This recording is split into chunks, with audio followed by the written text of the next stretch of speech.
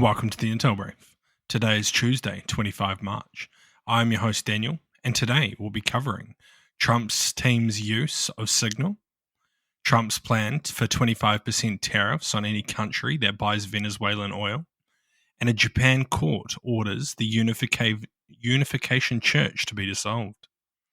So firstly, the leak of classified information by President Donald Trump's national security team on an unsecured chat app known as Signal has raised significant concerns.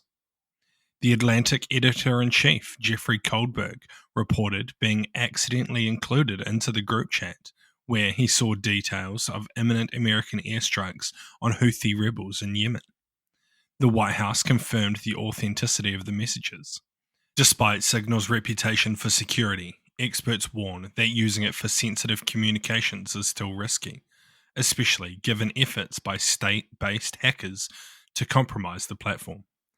Pentagon regulations prohibit using such apps for non-public DoD information, and former officials emphasize that classified information should never be shared on Signal. The incident has sparked discussion about potential violations of federal laws, such as the Espionage Act, and the need for secure communication protocol. Mara Karlin, a former Assistant Secretary of Defense, and other experts stressed the sensitive communications should occur in secure spaces such as the Pentagon or the Situation Room, not on Signal. The leak has also raised questions about the compliance within the Presidential Records Act and the Federal Records Act, which requires the preservation of government records. The use of disappearing messages on Signal further complicates this issue, highlighting the need for strict protocols and proper record keeping to maintain national security. So what? This is a significant breach of national security, and it throws up many questions about how Trump's senior team treats national security information. Regardless of whether the information is no longer useful post-strike, it is still likely to be highly classified, and they likely knew this at the time. This is likely not the only group chat that was being utilized, indicating that there may be significant amounts of classified information on these devices that could have been accessed easily with commercially available spyware. I do wonder how Trump is going to try to talk his way out of this one, and, as you can see, they've already tried to attack the credibility of the journalist to little effect.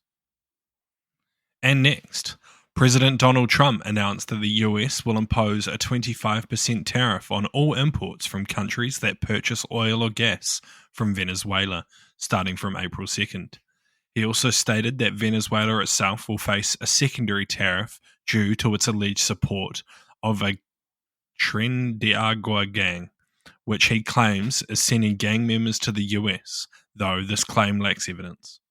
Trump emphasized that Venezuela has been hostile to the US and its values. Since returning to office in January, Trump has used tariffs as a tool to influence both economic and diplomatic policies, targeting both allies and adversaries. He has promised to implement reciprocal tariffs on April 2nd to match the levies and policies that other countries have imposed on US exports. This move is part of his broader strategy to assert US economic interests and address trade imbalances that he claims exist. So what? This move seems unlikely to have a great effect on countries buying oil from Venezuela, which was already illegal under US sanctions. It seems unlikely that any country that was already purchasing this oil was unlikely to be relying on exports to the US in any great capacity.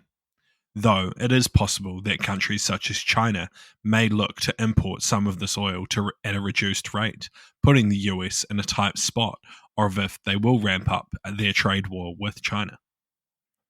And lastly, a Japanese court has ordered the Unification Church to lose its official recognition, which means the organization will forfeit its tax-exempt status and must liquidate its assets.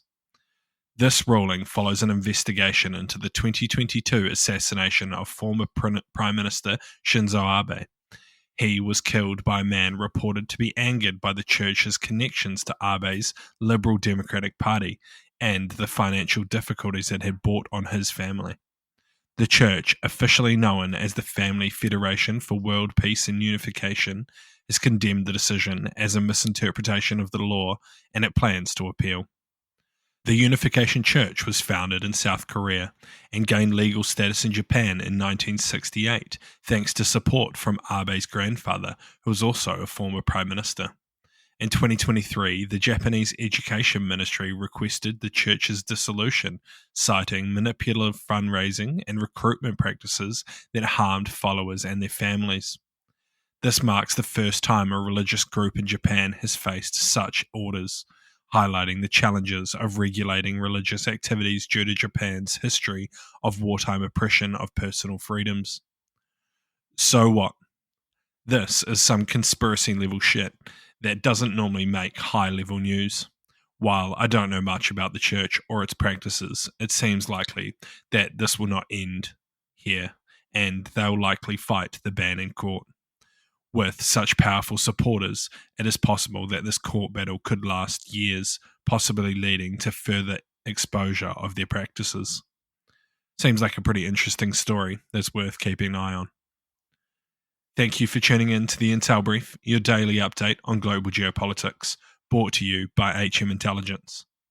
You can support the show by sharing it with your friends or leaving us a 5-star review. And if you're curious to learn more about intelligence, check out one of our courses in the description below. Thank you for listening. I've been your host, Daniel, and I'll see you next time.